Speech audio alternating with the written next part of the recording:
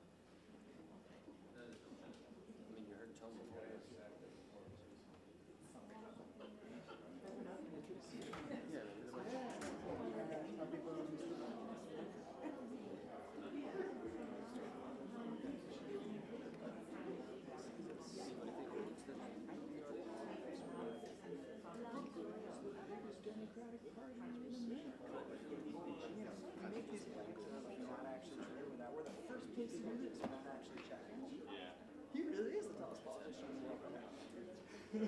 They checked. There's this Croatian guy who got to like get out of Parliament because otherwise he could. He got out of like so that Robert can stay no more.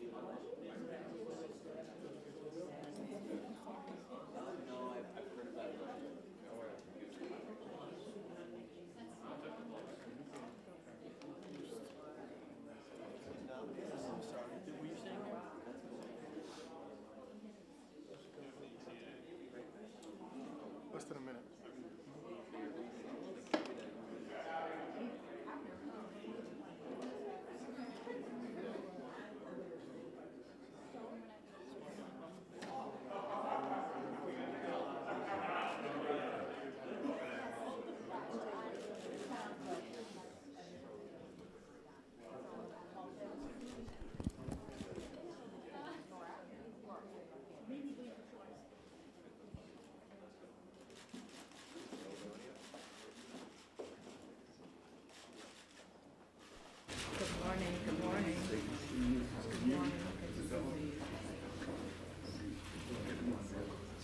wonder if you can guess who this group of people is. Okay, let's see. Let me just think. Okay, they're living up to billing. Absolutely, I told you. Congratulations. Thank you. Okay, yeah, you're just starting. I like that. I like he has an answer already. I'm shorter because I'm 11. Yeah. How are you? See you. What? Well, you don't need a step. So.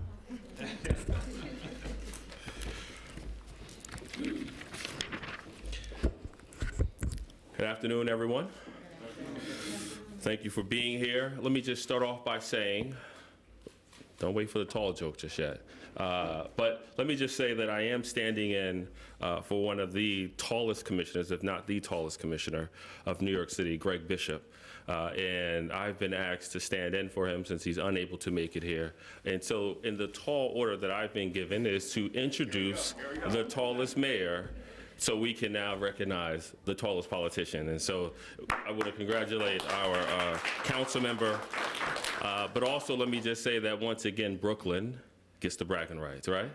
Yeah, so go Brooklyn, go Brooklyn.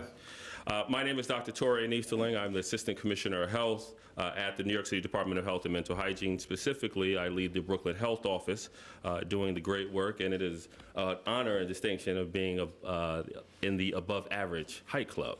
And so even as a family doc, I am personally and professionally knowledgeable about being in the 75th percentile in height. And so to all my fellow tallies, this is your day, all right? Again, I want to congratulate my friend and council member of the 36th District, Councilman Robert Cornegy, on this recognition of being the tallest politician. But one thing I do want to say is this is not only about setting records. As Joe has shared with me the context, this is about changing a narrative. Because quite often we hear how frequently young black boys are being told to play basketball and do other things. But obviously Councilman Cornegy is setting another record. And so here to provide further remarks about Councilman Cornegy, I'm here to introduce our mayor of New York City, who has also been blessed with the tall gene, such as Cornegy and myself. He is the 109th mayor serving the great city of New York, and the tallest person to ever serve as the mayor of New York City, as I've already said, our mayor, Bill de Blasio.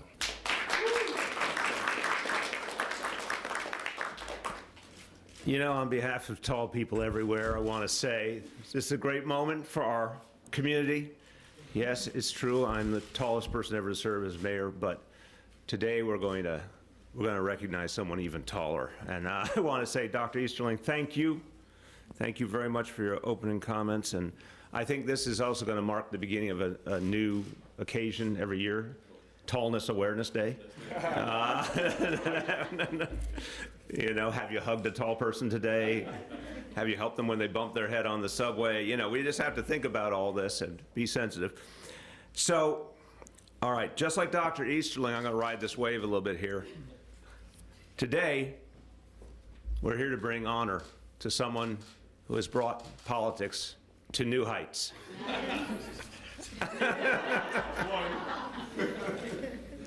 Even at my size, I look up to Robert Cornegy. And don't take it. These are great. I mean, the writers are amazing. But seriously, this is a matter of fact, and don't take it from me. Take it from the Guinness Book of World Records. This is amazing. You, my friends, are in the presence of the world's tallest elected official.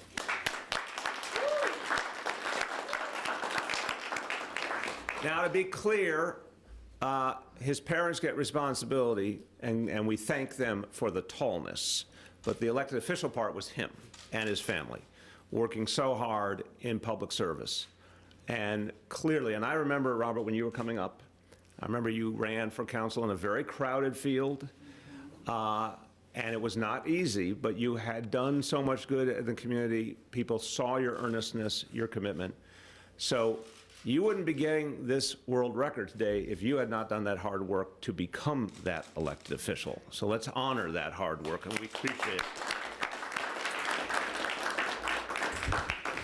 Now, tall man needs a tall family, and 4 of his 6 children are here, so let's hear it for Nicholas and Nia and Nkosi and Noah.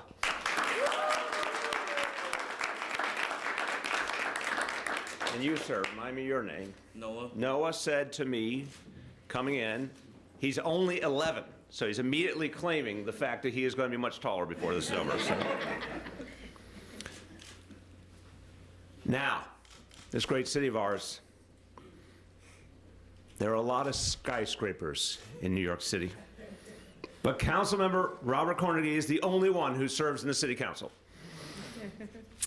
Robert's contributions are as giant as he is. And now this is actual stuff, and I saw it with my own eyes. He fought tirelessly for something that had been wanted for a generation, to get a community center for the Marcy houses. Congratulations for that. He is a family man and a feminist, and so he co-sponsored the bill that ensured New York City would provide lactation rooms to any mother who needs one. That is progress for our city. He has been one of the leaders on fostering and supporting minority and women-owned businesses, and he is the chair of the MWBE task force in the City Council. And in the fight for affordable housing, one of the great leaders today is the chair of the Housing and Buildings Committee of the City Council, who is also Robert Cornegy. He's achieved a lot. He has a lot to be proud of, but this man's head is never in the clouds, despite the fact that his head is quite literally always in the clouds. Okay. I can't wait to see what world record Robert Cornegy breaks next. He has limitless potential. Yes. And we're very proud of you today. And so, Robert, let's have a moment to celebrate you with the official. Go, everybody. Look at that. That is officially certified. So that's not my hand, that is Robert Wadlow's hand, the hand of the tallest human being to ever live. Wow. Yeah, so How tall is he? 8 feet, 6 inches. You're feeling kind of short right You now. want to put your hand on the top? Okay, there he is. Oh, yeah. Helen's got a good photo of it. She's tall. We honor today. Put your hand on top of his hand. It would be, oh, it's not that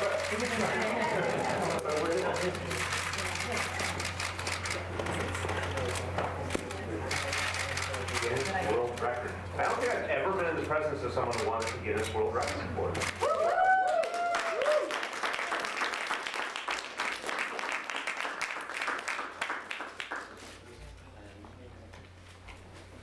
Grace us with Just very few words. I want to thank the mayor who runs the safest city in the world for taking the time to come and celebrate this small honor with myself and my family. He introduced my family today. I also want to, there's someone here, or there's some people here who were actually responsible for this. So you may have read how difficult it was to actually get this honor. It wasn't an easy thing. Guinness Book of World Records doesn't fool around, and they don't take your word for things.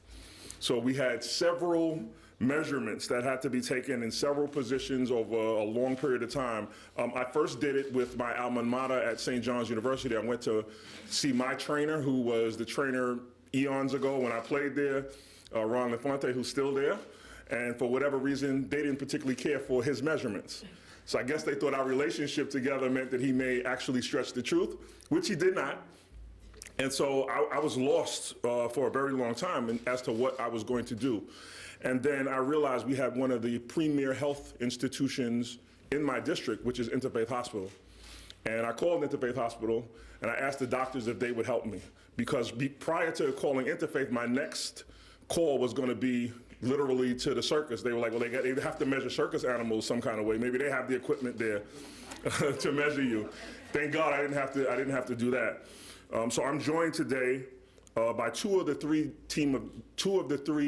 out of the team of doctors who are responsible for not only measuring me, but actually putting their credentials on the line and submitting them to Guinness Book of World Records. So I'm joined by Dr. Khalid and Dr. Mukhtar, who also had to take time out of their busy schedule of saving lives to actually 3 times during the course of one day measure me. And I'd like to honor them with the award that Guinness gives to those people who've committed themselves to making a record possible. So they have a miniature version of my award. Dr. Mukhtar and Dr. Khalid, can you just join me and accept, on behalf of myself and Guinness, these awards. Dr. Khalid here, and Dr. Mukhtar. Thank you so much for being patient with me, because we had to go through several iterations of getting this done. I won't tell you the grueling process that it took over the course of 12 to 18 hours to get the record. They measure you during the course of the day and then take an average of those measurements. And I started to get worried because this whole process took 2 years, and as a man over 50, I thought osteoporosis would set in and I would certainly lose the record if I waited another 2 years. So thank you guys for making it happen. But today, it's about height, but I want to say to all of those young people out there who may be faced with the idea that because of their physical attributes or because of how they were born, they are relegated to doing a particular thing. And I talk to my children about it all the time. Now, yes, they are athletes and participate. Oh, special shout out to the 2 that aren't here. Nyla Cornegy, who is a 4.0 student at Rectory School, boarding school in Connecticut, and a star athlete. And my oldest son, Rob III, who is starting a new job and was unable to, even though his father's a council member, get the day off. But we talk in the house about not only athletics, but we talk about being student athletes and mean that in every sense of the word. And when we talk about the fact that you can lead no matter how you look or no matter what shape you're in or no matter what size you come in, we mean that. And today I get a chance to send a resounding message to all the young people in the world who may have come in different packages. So they may not have the normal physical stature, and would like to still make a difference, that you can absolutely do that and you don't have to be relegated to a particular segment of society based on how you look.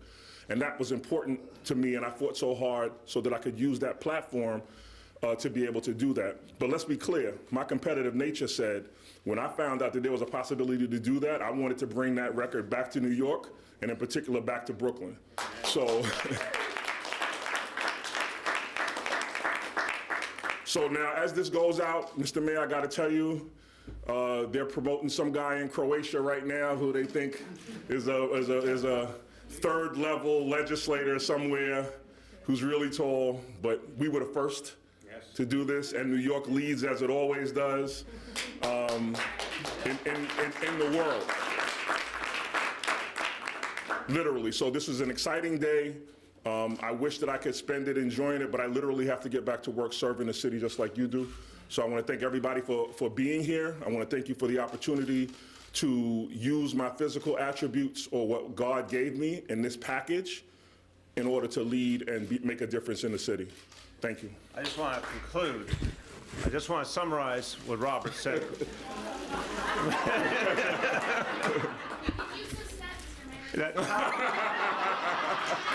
Oh, nice.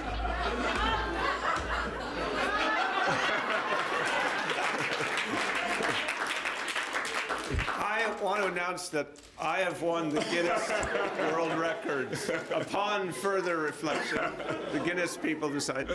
I just want to say, I want to summarize the very heartfelt, inspirational message that Robert just gave us in these simple words: aim high. Thank you very much. You got it. Well done. Oh, yes.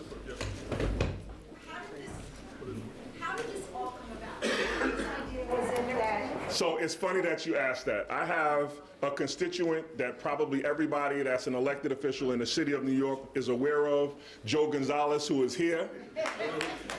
This was all Joe Gonzalez's idea. I'm not exaggerating. He came to a meeting one time and he was like, in the middle of berating me for some legislation I hadn't passed, he reflected on the fact that you have got to be the tallest elected official in the world. And I said, come on, Joe. I was already angry because he was doing the Joe Gonzalez thing and he can get at you.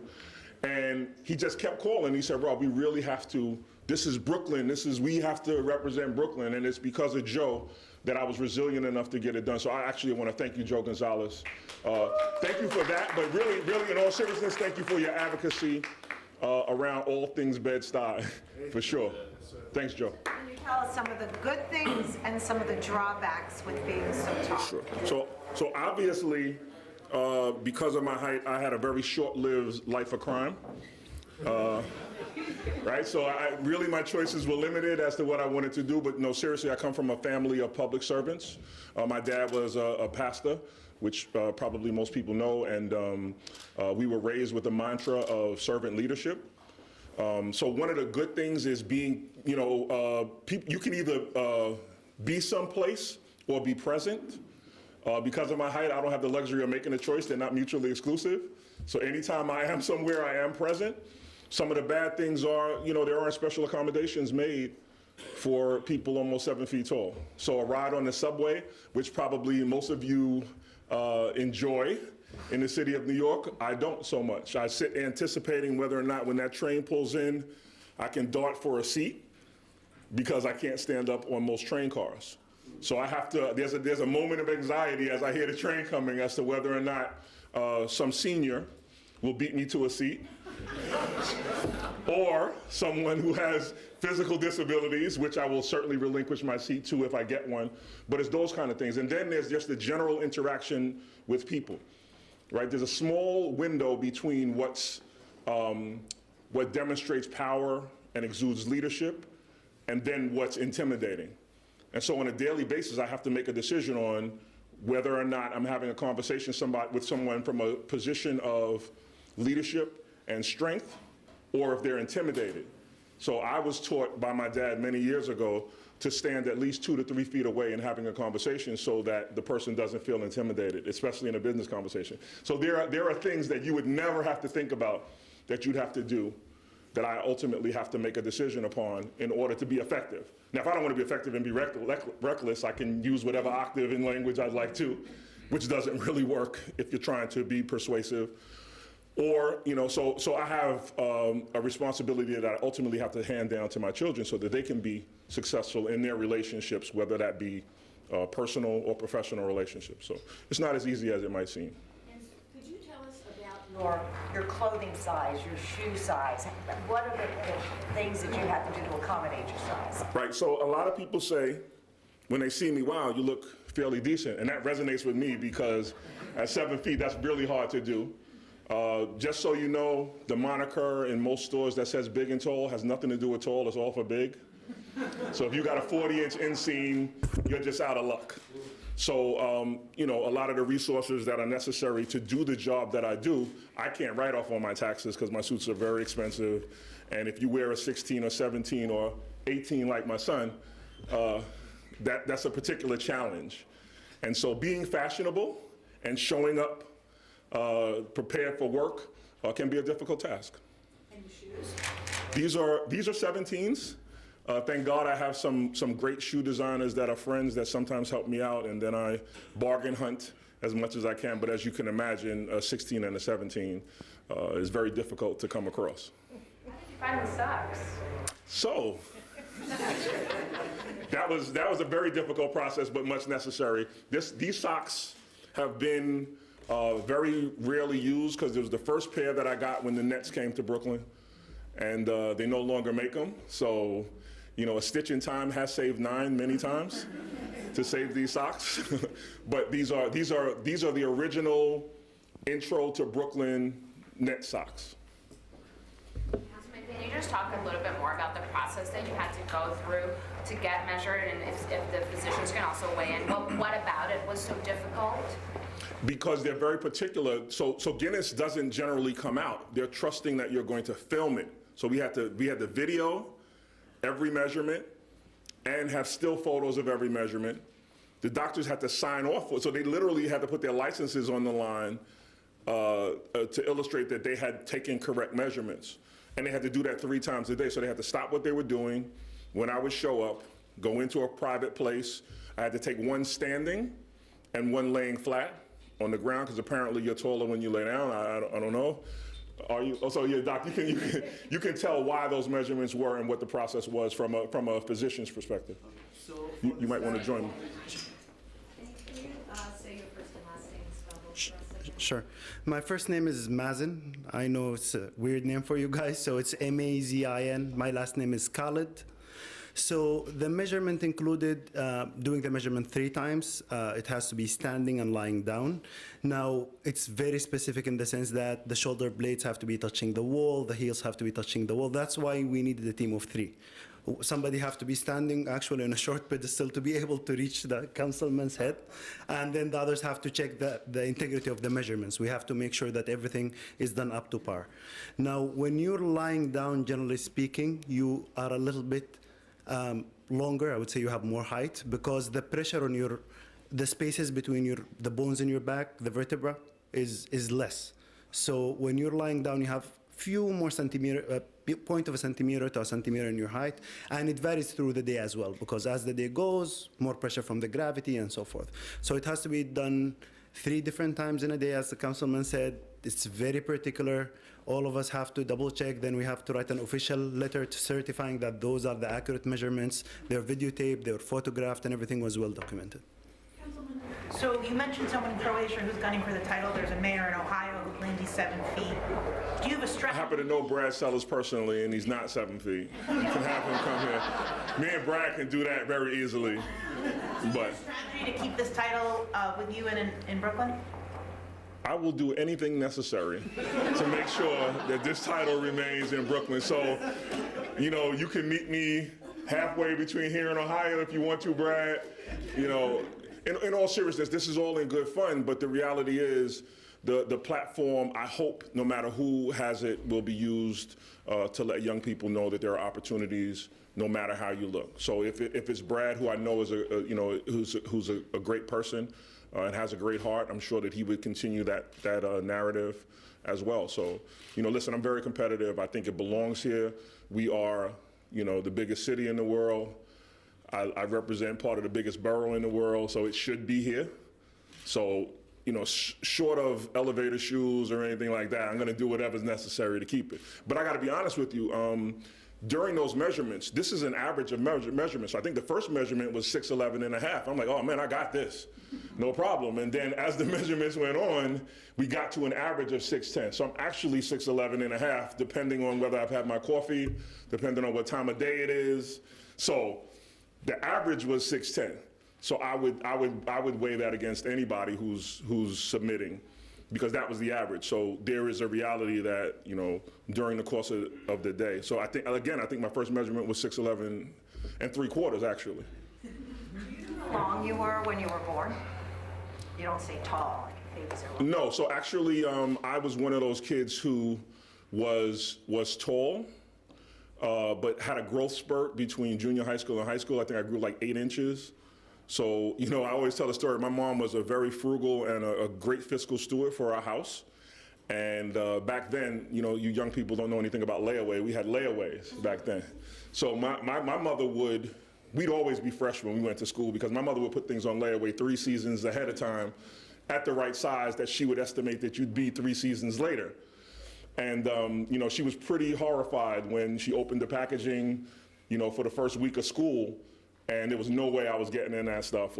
And she was just like, I remember her saying to me like it was yesterday, I don't know whether I'd rather clothe you or feed you. And I was like, lady, I think you got to do both. Tall? Where do you get your height from in your family? Yeah, so both parents were tall. So, maybe, a 5'11" mom and above 6 foot dad usually produces that. So I wasn't taking any chances, as you can see. To mess up that bloodline. So Is your record going to be in next year's book? Yeah, if I'm not mistaken, it's there until it's removed. So when we did the research, we knew who the person was prior to us, but after I got the record, they seemed to banish him from the earth. So I'm trying to avoid banishment. by holding on to this as long as I can. But yes, I think it stays and it's repetitive until which time someone supplants the record. 2019? Yes. And Councilman, can you just talk a little bit more about what you mentioned earlier about the message you want to send to kids who feel that they can only do certain things because of what they look like or where they come from? Do you, especially being in this position, do you find that young kids are still feeling that those are their limitations and just keep... Yeah, 100%. I think we live in a very visual society. And unfortunately for us, we still live in a society that what it can't understand, it ultimately destroys. So where there isn't a space that's been carved out or created prior to something, people either try to force you into that because that's all that their mind can fathom. And that's very uncomfortable for some people. Some people don't want to, or for whatever reason, like we've as a society placed an extra emphasis on sports, right? And sometimes above all else. So above being a physician, which is why Torian, as a friend, I love him so much. So while he did play sports, he still had a focus on helping through medicine. So there are people who really need to know that, yes, you know, sports as a part of life, as a way to move your body, as a competitive spirit is great, but there are so many other ways that you can serve. And for young people, if they don't see anyone who looks like themselves, whether it's through ethnicity, whether it's through body type or body size, it's very difficult for them to find a pathway for themselves. So I'm hoping that I've created, or at least opened up the idea that there's a pathway, no matter how you look. Do you want to say anything about your time at St. John's? Yeah, that was honestly, big shout out to Luke Honaseko, who's still alive and very, very, listen, if I saw Lou today, he would remind me of some rebound that I missed in practice. Like this dude, he's like, I've never met anyone like him. You would think at, you know, in his mid-90s that, and having coached thousands of players, that he would not remember you when he sees you. And it has nothing to do with what I do today. It's just that he's a gentleman and he really was responsible for shaping the lives of I went to St. John's when I was 17 years old. He was responsible for shaping very many young people's lives, including mine, and that was just a great time. You know, listen, I played on one of the most famous teams in the history of the city of New York, not just St. John's University. That Final Four team, if people remember, was made up of, it was the only time I think that St. John's has had all of its players from the tri-state area, and to have that level of success. So those were the last glory days of actually going to Brooklyn and Queens, and as far as Atlantic City, Willie Glass, and really the tri-state area, and putting together a team that can compete with the rest of the country. We haven't seen that again. So it was a special team, a special time, and we still talk. I talked to Shelton Jones yesterday via Skype. I thought he was in Amityville, but he was in Charlotte, North Carolina. So he said he couldn't catch a flight here by the time to be here, or he would have been here. So listen, I really covet that time, and we get together often, and when we don't get together, we speak by telephone. Yes? Councilmember, have you ever wished to be shorter? 100%. 100%. Growing up, the first time you go on a shopping spree with, you know, I can remember at 13 years old, you know, being allowed for the first time to have my own money and to go to Orchard Street. Those of us who come from the hood know how important Orchard Street was, and be with my peers who were also 13-year-olds and not being able to purchase anything, and thinking, man, I wish, you know, if I could just be shorter, if I could just fit in, if I could be normal. So yeah, that was a great part of my life, thinking about being normal. I'm glad today not to be normal. But it's tough when you're trying to fit in.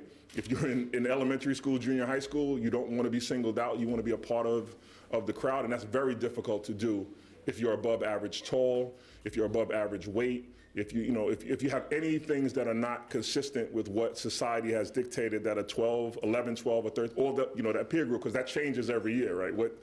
What's acceptable, and if you don't fit into that, so the question is absolutely yes. How were you notified about winning this, and what was your reaction?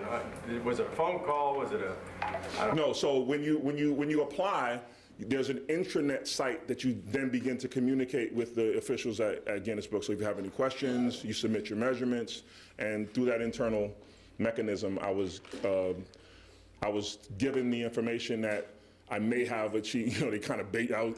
You may have done it finally.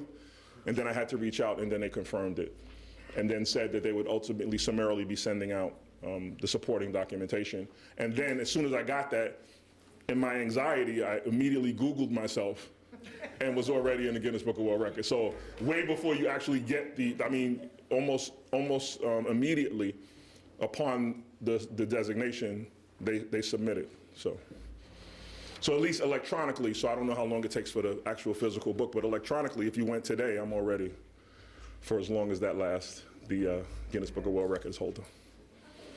One last question. Are there any tall jokes that you didn't tell that you'd like to tell us now? No, but what I would like to say is I think it's funny that things that people say to me in passing would not be accepted to any other kind of abnormality. So, for example, I will put my colleague Lori Cumbo on the spot.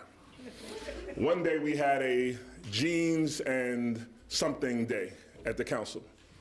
So I wore my favorite jeans, and we were out on the steps of City Hall, and she turned to me and said, "Oh my God, I can't believe they make jeans in your size." And I said, while that was funny, had I been overweight and you said that, she would be on her way to HR. Had I been incredibly short, and she said that, quick trip to HR. So it's funny the things that people say to me. I can meet someone in passing and they can say, "Oh my God, what kind of bed must you sleep in?" And I'm saying, wow, that's odd. Would you say that to someone who was heavy? Oh my God, I've never seen anybody as heavy as you before in my life. I can't imagine what kind of bed you must sleep in. That would be horrifying to the public, but people say things like that to me every day. And then they say, well, you know, being tall is awesome. So there's this kind of idea that, that things and pleasantries that are exchanged, or not pleasantries that are exchanged, I'm devoid of feeling a particular way about them when they're said to me. So I just think that's funny, and so I did finally put Lori Cumbo on full blast. I hope HR doesn't call her, though. Thank you all for coming. Oh, wait, before we go, I do have to say that my good friend and homeboy from Brooklyn, Tracy Morgan, was halfway here and got stuck and couldn't make it, but his people are still here. And so Big Mo kept coming. But I want to say that, so we in Brooklyn, as Brooklynites, really stick together. The two people I called that were celebrities that I wanted to stand with me and normally would, who represent Brooklyn, was Tracy Morgan and Spike Lee. I called Spike and I got the most incredible ring, so he must still be in Aspen or something, because it's one of those rings that you get. But I called and reached out to Tracy and his people, and they were like, dude, what time do you need us to be there? Because he's so ingrained in Brooklyn and is doing such a great job in Brooklyn. And I think the next installment of The Last OG begins in April. And so please tune into that, because that's my friend. And hopefully that buys me a cameo in The Last OG. But shout out to Tracy Morgan for sure. Thank you.